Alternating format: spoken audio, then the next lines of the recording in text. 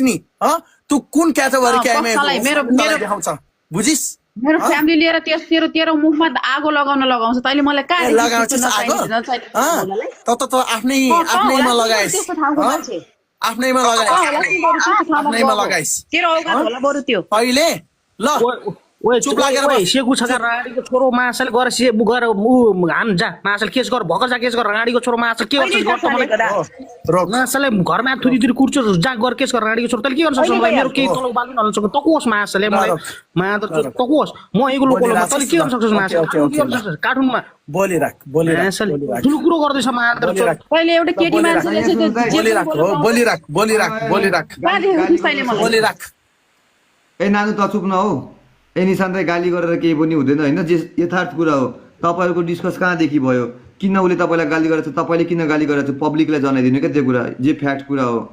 होइन त्यति कुरा भनिदिनु गाली गरे सुरुमै यहीबाट सुरुवात भयो मेरी आमाको जन्माको